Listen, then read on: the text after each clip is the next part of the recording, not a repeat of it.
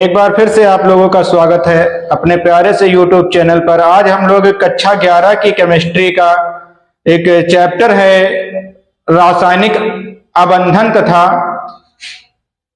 आणविक संरचना, उसका एक जो टॉपिक है जिसका नाम है संयोजी कोष इलेक्ट्रॉन युग्म प्रतिकर्षण सिद्धांत, उसके बारे में पढ़ेंगे। शॉर्ट फॉर्म में इसको हम लोग वेस्पर थ्योरी कहते हैं और अंग्रेजी में balance cell electron repulsion theory कहते हैं। बहुत ज्यादा पेपर में पूछा जाता है, 11 के एग्जाम्स में कई बार पूछा भी गया है, इसलिए आज हम लोग इस टॉपिक को क्लियर करेंगे।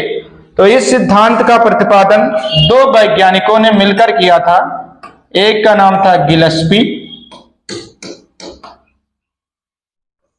और दूसरे का नाम था क्या भैया, नीलहोम।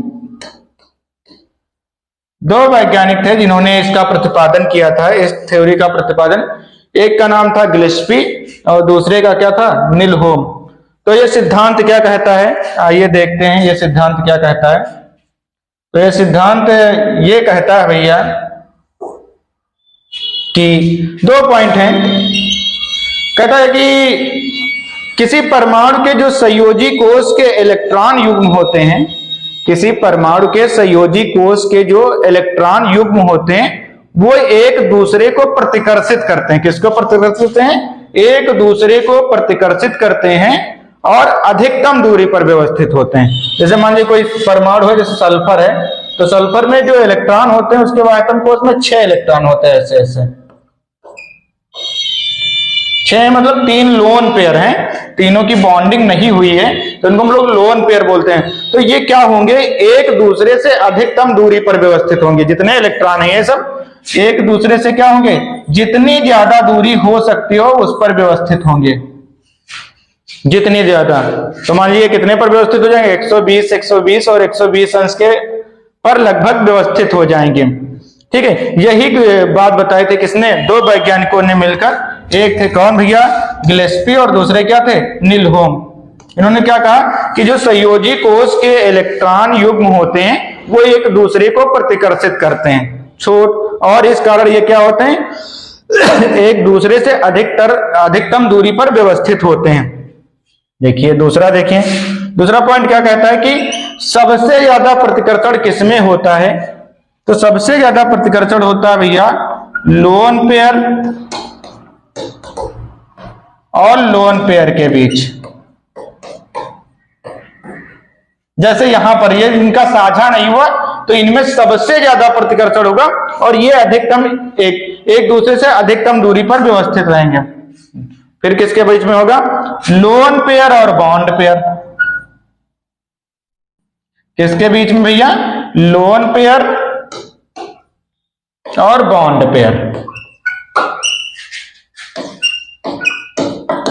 तो लोन पेयर और बॉन्ड पेयर के बीच में प्रतिकर्षण क्या होता है, कम होता है। मानिए यहां पर ये बॉन्ड बना होता, ये क्या बना होता, बॉन्ड बना होता, तो यहां पर प्रतिकर्षण क्या होता, कम होता। और इससे कम प्रतिकर्षण किसमें होता भैया, बॉन्ड पेयर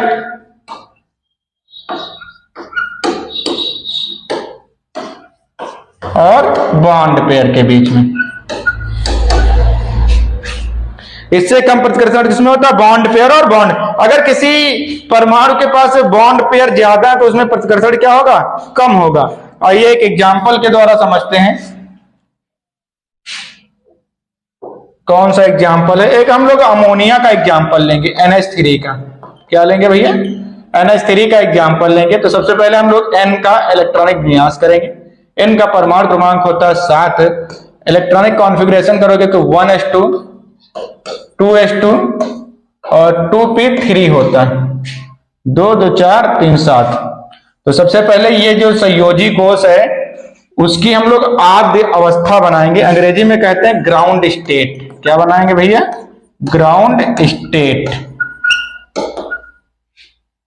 तो ग्राउंड स्टेट में भैया क्या करते हैं, सबसे पहले इसकी बाहरी कोष की संरचना बना लेते हैं जो संयोजी कोष होता है। तो एक S है, S में एक खाना होता है और P में कितने खाने होते हैं, 3। तो मैंने 3 बनाया। एक S में कितने होते हैं, एक खाना, और P में 3 खाने होते हैं। तो मैंने यहाँ पर लिख दिया 2s2 और यहाँ पर क्या लिख दिया 2p3। हुंड के नियम से इलेक्ट्रॉन भर देंगे तो 2 इलेक्ट्रॉन यहाँ मैंने भर दिया। इसके पास कितने इलेक्ट्रॉन हैं, 3, तो मैंने एक एक भरना है पहले, तो भर दिया। हुंड का नियम क्या कहता है, किसी भी उपकोष के कक्षकों में इलेक्ट्रॉनों का युग्मन तब तक नहीं होता जब तक प्रत्येक कक्षक में एक एक इलेक्ट्रॉन ना पहुंच जाए, तो मैंने भर दिया। फिर अब इसमें होगा भैया हाइब्रिडाइजेशन, तो ये अगले स्टेट में जाएंगे उत्तेजित अवस्था में, तो ये सब जाएंगे आपस में जुड़, तो क्या हो जाएंगे, एक्साइटेड स्टेट में, और ये सब आपस में मिक्स होंगे और ऊर्जा का पुनर्वितरण होगा, तो ऐसे दिखेंगे। यहीं पर बना देते हैं ऐसे, 1 2 3 4 खाने, जितने इलेक्ट्रॉन वो भर देने हैं, इसमें 2 है तो 2 भर देना है। मिक्सिंग हुई है भैया, तो 1 1, ठीक है।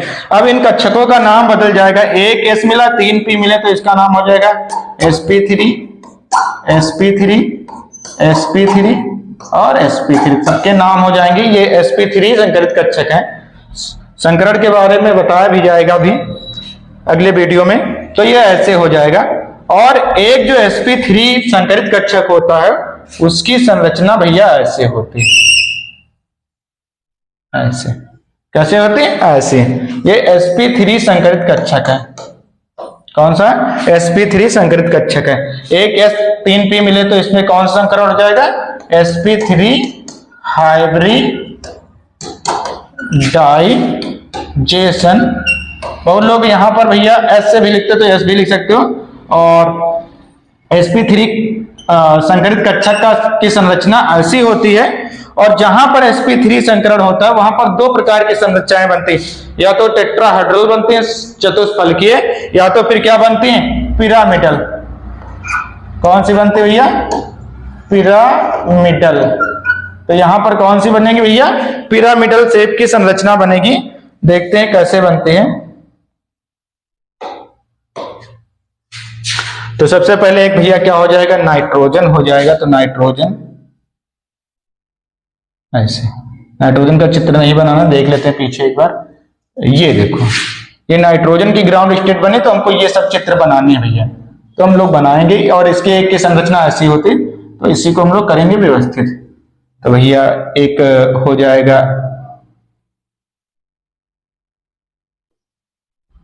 ऐसे, इसके पीछे वाला छोटा सा, ठीक है।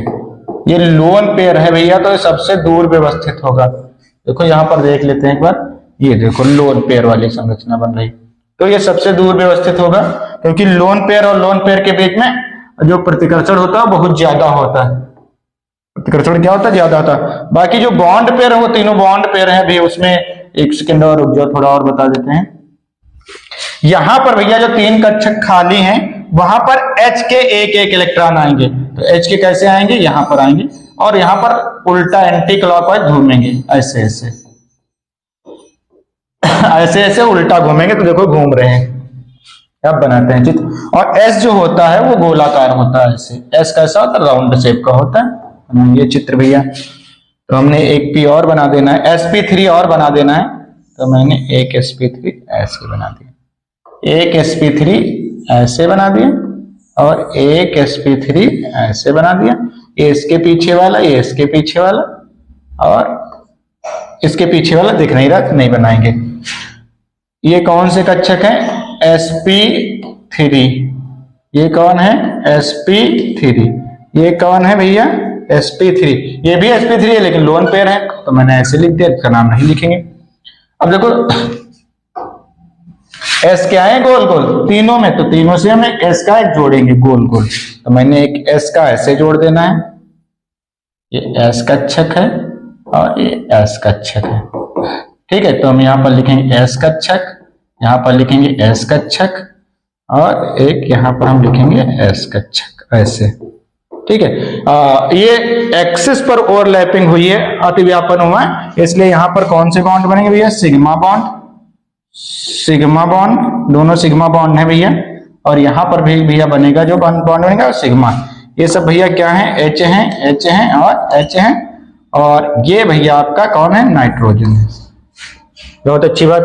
अब ये तो हो गई इसकी संकरण वाली संरचना, लेकिन अब हम उसका पिरामिड बनाएंगे, देखते हैं। तो सबसे पहले क्या होगा भैया, एक यहाँ पर N होगा ऐसे, और इससे एक यहाँ पर भैया ऐसे जुड़ा होगा, ऐसे, ये लोन पेयर वाला, और इसे 3 ऐसे H, एक H यहां,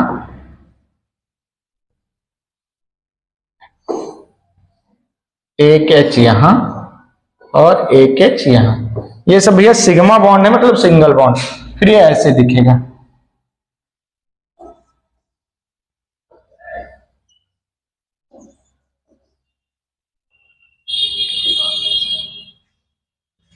देखो ये पिरामिड जैसी संरचना दिख रही, तो इसको हम लोग बोलते हैं पिरामिडल शेप। क्या बोलते हैं भैया? Pyramidal shape. क्या बोलते हैं? Pyramidal shape. ये होती है वेस्पर थ्योरी। आई होप आप लोगों को ये वीडियो समझ में आ गया होगा। अगर समझ में आ गया हो तो वीडियो को लाइक करें, शेयर करें, कमेंट करें। आज के लिए इतना ही काफी। मिलते हैं नेक्स्ट वीडियो में। धन्यवाद।